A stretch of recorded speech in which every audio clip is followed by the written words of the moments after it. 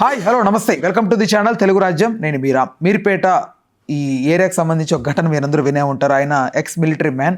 So తన భార్యని ముక్కలుగా చేసి కుక్కర్లో ఏదైతే చేసిన ఈ ఘటన అంతా ఉందో అందరికీ మీకు తెలిసే ఉంటుంది. అయితే ఈ కేసుకి సంబంధించి ఆల్రెడీ ఒక వివరణ ఇవ్వడం జరిగింది. అది పార్ట్ 1గా అనుకుంటే ఇప్పుడు కొత్తగా ఈ కేసుకి సంబంధించి కొన్ని కీలక అంశాలు బయటకు వస్తున్నాయి. సో ఎవరు ఊహించిన రీతిలో కొన్ని వార్తలు అయితే వినపడుతున్నాయి. దీనికి సంబంధించి అసలు ఏంటి ఎగ్జాక్ట్గా బయటకు వస్తున్న వార్తలు, దీనికి సంబంధించి ఒక మంచి వివరణ, ఒక పూర్తి విశ్లేషణ దాస విజ్ఞాన్ గారికి తెలుసుకుందాం. నమస్తే అన్న. నమస్తే. అంటే ఏంటి అసలు కొత్తగా వినపడుతున్నాయంట రకరకాల వాదనలు? విషయం ఏంటంటే ఫస్ట్ వీడు పోలీసులకు చెప్పిన స్టోరీయే బయటకు వచ్చింది. మనం కూడా అదే రోజు డిస్కస్ చేసుకున్నాం. ఒరే ఎందుకు చంపావరా అంటే అనుమానం ఉంది అన్నాడు. ఎందుకురా అనుమానం అంటే ఆవిడ అంటే ఫ్రీ బస్ ఎక్కి తిరుగుతుందండి అన్నాడు. ఏదో వస్తువు కొనుక్కుంటుంది కదా, తిరుగుద్ది, అందుకేనేమో అంటే అవును అదే వస్తువు వంకతో తిరుగుతుందండి, అందుకే నేను అనుమానం విచ్చలవిడిగా పెంచుకున్నాను అన్నాడు. నెక్స్ట్ ఆ తర్వాత ప్లాన్ హత్యకి ఇలా చేసావు కదా, ఈ వస్తువులన్నీ ప్లాన్డ్గా తెచ్చుకున్నావు అని అడిగితే లేదండి అవన్నీ మావిడే కొని తెచ్చింది అన్నాడు.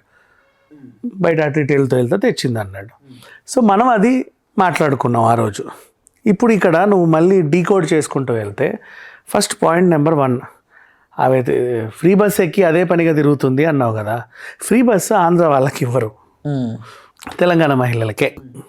అక్కడ ఫిషీ సరే ఎక్కింది, ఏదో ఆ వస్తువు ఈ వస్తువు తెచ్చింది, ఇల్లన్నాక అవన్నీ అవసరమే. ఈ మధ్యకాలంలో ఆధార్ కార్డ్స్ కూడా చేంజ్ చేయించుకుంటున్నారు. ఇల్లన్నాక అవన్నీ అవసరమే, కొనుక్కుంది వాట్ ఎవర్. లేదు అన్న ఫ్రీ బస్ ఎక్కినా కూడా నమ్మొచ్చు, ఎందుకంటే ప్రతి కండక్టర్ ఈ మధ్య అడగట్లా క్రౌడ్కి. ఇక్కడ మార్పింగ్ కూడా జరుగుతోంది. ₹100 ఇస్తే పాపం మీ సేవలు చేసి ఇస్తున్నారు. తెలంగాణ నేమ్ మార్చి కొంతమంది ఇచ్చేవాళ్ళు ఉన్నారు. సో ఎక్కడమ్మా పర్లేదులే, మిమ్మల్ని ఎక్కడించుకోకపోవడం ఎందుకు, ఇంత బస్సులో ఇంతమంది ఉంటే నువ్వు ఒకదానివే తక్కువ అయ్యావు అన్నట్టు వాళ్ళు కూడా ఎక్కిచ్చేసుకుంటున్నారు.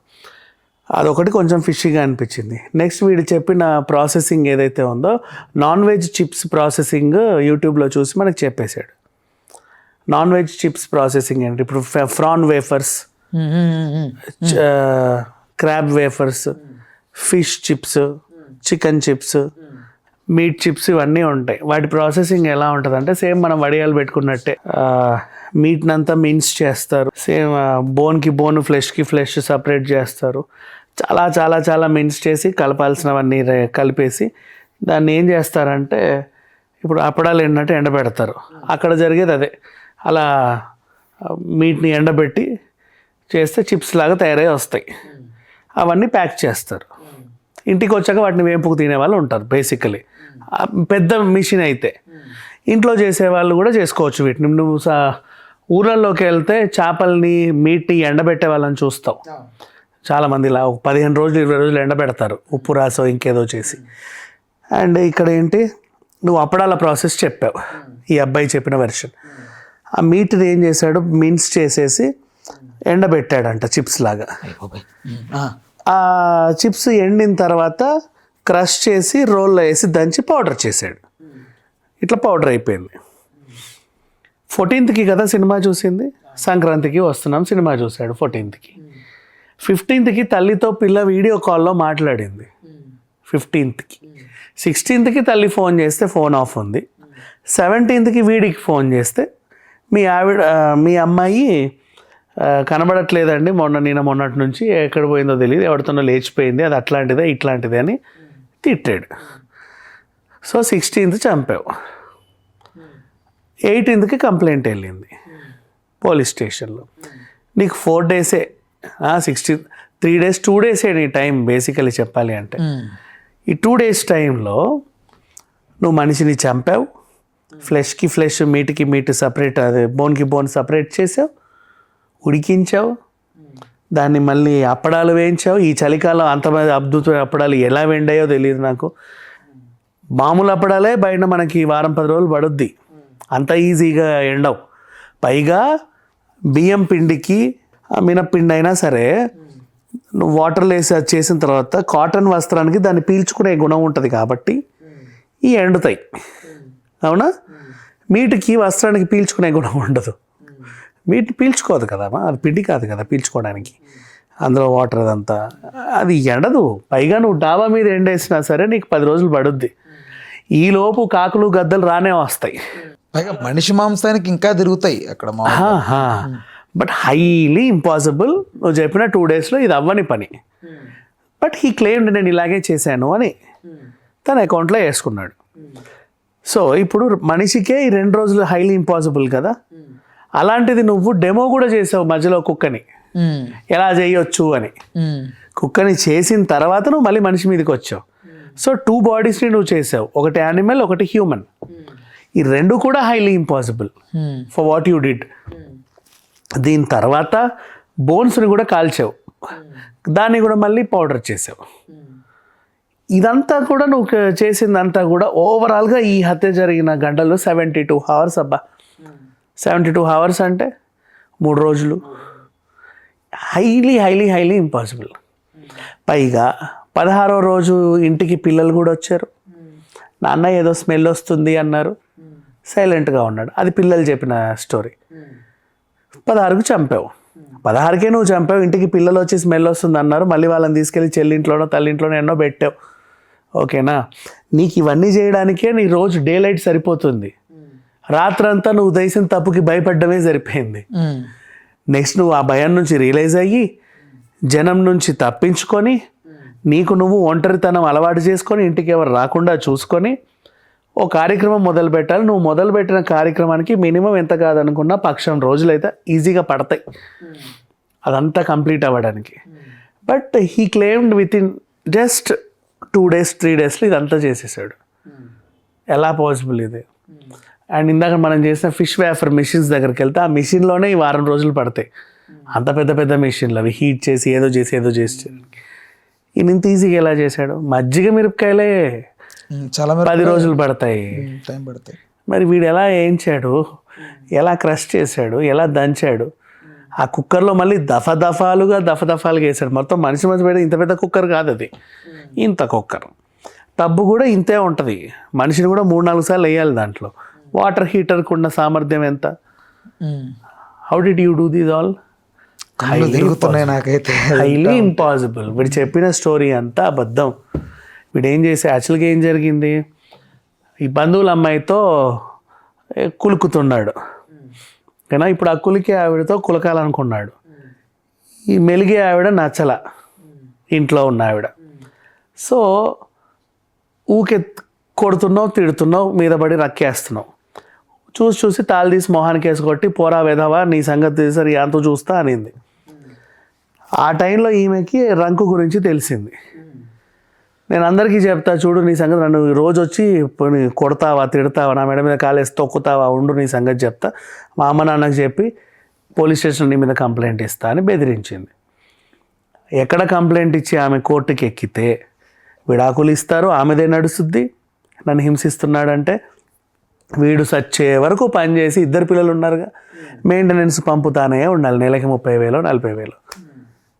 వీడి జాబే అంత. ఇప్పుడు ఉన్నదంతా ఈటిస్తే ఆ కులికే ఆవిడ కూడా కులకకుండా వెళ్ళిపోద్దిగా, ఎపో నీతో నేను కులకనని. మరి ఏం చేస్తాడు? లైఫ్ లాంగ్ తనకు తాను శిక్ష విధించుకుంటే అనిపిస్తుంది. అదేదో వీడు లేకపోతే కులికే ఆవిడతో కులకొచ్చు, పిల్లల్ని కావాలంటే పెంచుకోవచ్చు. తప్పు చేస్తుంది ఇక్కడ. ఎందుకు అంటే చంపాలనుకుంటున్నారు, ఎందుకు చంపేసిన తర్వాత దాన్ని ఎలా అయినా మాయం చేసేయాలన్న భయం అప్పుడు ఏర్పడుతోంది. ముందుగా ఇవన్నీ ఆలోచిస్తే బెటరే కదా.